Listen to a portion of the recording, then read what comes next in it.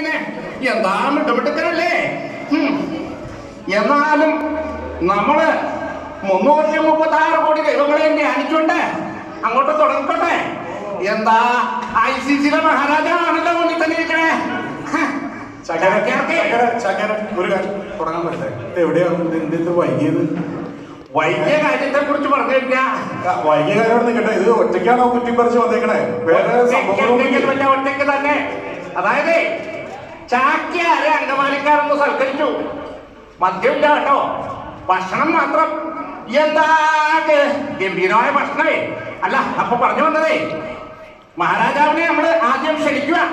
ICC എല്ലാ മുഖ്യന്മാരെയും നമ്മൾ ഈ വേദിയിലേക്ക് ക്ഷണിച്ചുകൊണ്ട് പരിപാടി അങ്ങോട്ട് തുറക്കട്ടെ. ആർക്കെങ്കിലും പരാതിയുണ്ടോ? പരാതി കാണില്ല. കാരണം എന്താണെന്നറിയോ?